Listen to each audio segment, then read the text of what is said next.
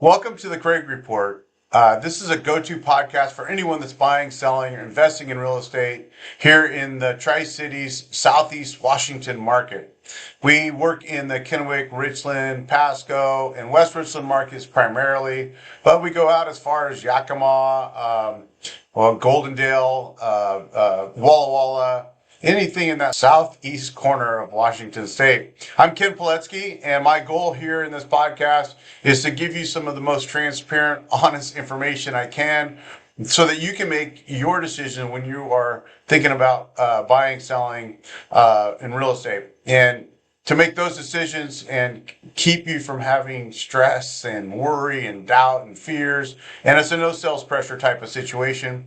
I'm here to provide information on the experiences I've had over the last 30 years in real estate and the variety of different types of property that I've worked in, from new home sales to residential resale, land development, new construction, from commercial projects to single family houses, multifamily houses. You name it, I have probably done it. So let's be real. Buying and selling real estate is one of the biggest financial decisions most people are ever going to make in their lifetime. And sometimes it's many times, and other times it's just that one purchase that they do for their home and never leave.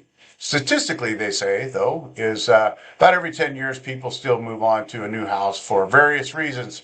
So this podcast is going to be about things that are relevant to the market, things that are going on. It's going to be about experiences that I've gone through transactions with our clients, experiences I've gone through with agents where I might, kind of give you some warnings if an agent's showing something, signs of, or lack of confidence or knowledge, or they lie, that type of things, because they are out there. The biggest mistakes that I see in the market, I'm going to share some of those stories. And if you are one of my examples, I'm not picking on you. I just learned a lot from that transaction, and I won't use names, so it'll be a private conversation. Sometimes I might use a name if I have already talked to you about doing that. We're going to talk about pros and cons of different neighborhoods. And what that looks like to maybe live in an HOA subdivision or something with high CCNRs, or an up and coming neighborhood, right? These would be great opportunities to learn about.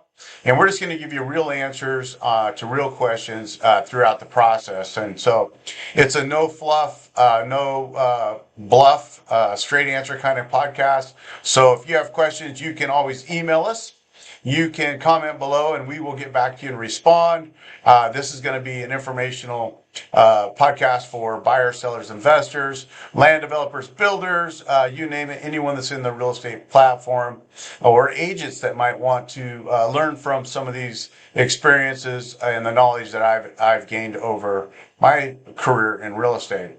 I started this many, many years ago and have just really thrived in our market. So let's get into it. One of the things I like to do is share real experiences. And like I said, I don't like to use names, but one of the most expensive experiences that I've seen in the Kennewick market, and this could be taken into context across all markets because there are lots of types of times that this situation might come up and you may not even be aware of it, or the agent you're working with may not even be aware of it. So agents, pay attention. This is about a costly mistake where a home buyer kind of refused our recommendation. I won't say it, but it's really what happened. We were in the buying process and showing houses to a buyer, young buyers. They had never bought a home before. They didn't really even have any coaching or parents that were kind of, trying to meddle in and help them make their decisions. But the experience goes to trusting your real estate agent. And when your real estate agent gives you some advice in a transaction, and keep in mind, they should never negotiate on their behalf, right? They're always representing you. We have that fiduciary responsibility to you. But when we give advice on what we would think you should do, and you say no, Well, that expense kind of falls on you. You can't turn around and say, hey, why didn't you do that for me? Or you should have told me. And this situation was one of those. So, as we showed this young couple homes in the Kennewick market, it was a little bit difficult finding them exactly something that fit their needs in the price point that they wanted, some of the location things. So we had shown them quite a few homes, and we came across a house and they loved. They wanted it. They wanted to make an offer on it. And so we go through this process. And if you've listened to some of the other podcasts or maybe some of my social media posts, you know about the most important people involved in the transaction. And one of those was the inspector. So we're in contract with these young buyers, and we're going through the timeline of the contract. And one of the early things that you do in the purchase process is get an inspection. And they're young, they didn't know any inspectors, and we gave them our 3 recommendations and chose one with them and hired this inspector to come out and evaluate the house and check out all of the systems, walk on the roof, go in the attic, and any spaces or places that we can't visually see. We want their opinion. This is why inspectors are so vital to the transaction. And during this discussion about the inspection and all of the different add-ons that you can do, and these, pay attention here because this is a highly recommended add-on because this is now transformed into mini experiences.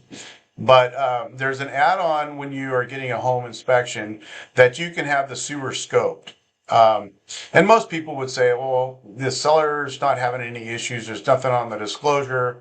Why should I have that? It's an extra $150, but it is money well worth it. As you hear this experience and this lesson, if you will, you'll understand why. And since this transaction, I've actually had it happen in other cities, in Richland and Pasco on a new construction. So it's just a vital piece when you are looking to get your home inspected that you pay attention to what you can't see, right? And what has to work. Well, a couple days after we closed escrow on this house is where the problem arose. Now, keep in mind, when we had done the inspection, we had recommended that they do a sewer scope, and the buyer said, I will pass, right? No, thank you. I don't think I want to spend the extra money on it. What could go wrong? Were all of these different things that might be going through their head. Not sure why they made that decision. Well, as we were in the transaction, we got through every other timeline and contingency through it, and we closed escrow on the house. And about 3 days after they move in, we get a call that the sewer's backing up. And, a realtor's worst nightmare is a call day 1, day 2, day 3 that there's a problem with the house. So we quickly checked the disclosure again.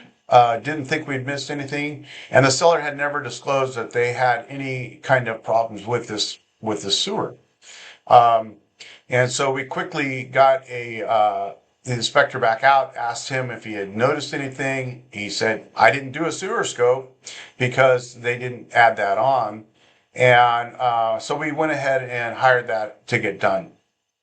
Well, what we found was the sewer line had been crushed and was completely collapsed in the backyard. Should this have been a disclosure issue? Absolutely. And of course, my investigative hat goes on in this transaction, and I want to find out if the seller actually disclosed or did not disclose a known problem. So during this discovery, when the inspector was scoping the line, the sewer line didn't go to the normal direction, which it would normally head to the street where the main trunk line is for the city. And instead, it went to the back of the house and out through the back of the yard. And then it was collapsed, so we didn't even know where it was going. We actually were concerned it might have been a septic tank versus a normal city sewer. In the city of Kennewick, the sewer lines are, and the trunk lines are down the streets, and you connect a lateral over to the house. Well, as we started to discover, I started knocking on doors of neighbors, asking if a plumber had been out to this house before, if they've noticed anything, or maybe if the neighbor ever said that they were having problems with the home. And I did get one neighbor that did say, I'd seen a plumber out there many times. Wow, red flags. lights and sirens are going off in my head. I am thinking that our seller really, really screwed our buyers. And if you're a seller out there, please always disclose what issues you may have had, even if you only had it 6 months ago, but it had happened before that and before that, it usually means there's a problem. Well, our young buyers actually were in deep distress and had to move out of the house. So you imagine buying a house, day 3, having to move back out of the house because there's sewage backed up in your basement area where you have some bedrooms and bathrooms and things. And the disappointment for them had to be, probably more than I can imagine. But we take our representation very seriously, so we actually began to explore solutions with them and went to the city to try to find the main line, and discovered that the city didn't even really realize that the trunk line from the backyard diagonally went over to an old system that they had. And then the concern is, are we going to be able to connect to that, right? And can you imagine this buyer who has already got into the home, spent money on the down payment, the closing costs, all of these things to get in, and it's their first home. And most first-time home buyers don't have a huge nest egg or reserve and to handle anything that might come up. And having to leave the house, so now they have to go stay with family, and it's just an awkward, awful situation. Well, it was thousands and thousands of dollars later because we had to dig up the backyard. We had to patch the pipe that went through the backyard, and then we're able to fix the system. Well, the buyer was a little bit strapped for money and, worried and things like that. And things worked out. We got it fixed. We got it, the whole cover back up and all of that. But the things that you're going to hear on this podcast are experiences that happen to people. It doesn't mean that they were dumb. It doesn't mean it was a stupid decision. It means in this situation that they didn't take the advice of a real estate professional who gave them warning on, a further inspection or investigation in the property. So if you are looking for a good lesson, the lesson is when you buy a house today, and I don't think it matters if it's in any market, you should be having that sewer scope add-on added to your inspection piece, because you don't know if there's roots in there, you don't know if there's cracks in there, bellies in there where the water's not draining. And let's fast forward, in the last 4 or 5, 6, 7 years, we've been recommending them every time. And not every time does that 150 come, and find something for the add-on. And most times it doesn't. And that's what lets you sleep at night. That's what makes it something that you don't have to worry about. But recently I made the same recommendation just last year on a new construction house, because we began to be cautious if there was going to be any issues on new construction. Well, this sewer scope checked out just fine, and they were very thankful that I recommended it.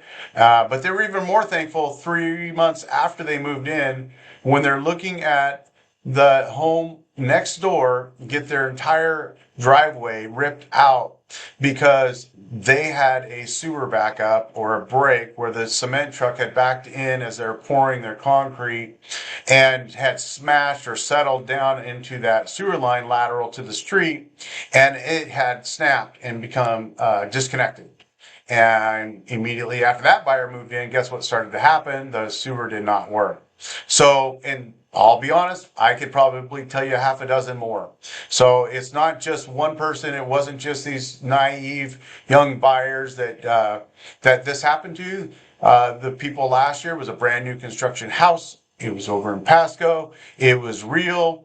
They had moved and we had sold their house from the country where they were on septic, and they had never had a problem in that, but they actually listened and took the advice that I gave them through the story I shared, which is awesome thing about experiences and stories. As agents, we can actually share that with clients that we work with in the future. And so just love being in real estate, love sharing information. And I hope you return to the podcast if you are thinking about buying or selling or investing in real estate, because there's going to be some other great lessons and great stories and some advice that we get into as we do this. So I'm Ken Poletski with Community Real Estate Group Keller Williams, and I hope you like and subscribe and share this page if it's someone that you know that's going through the process that may not have heard of us yet. So thanks again, and God bless.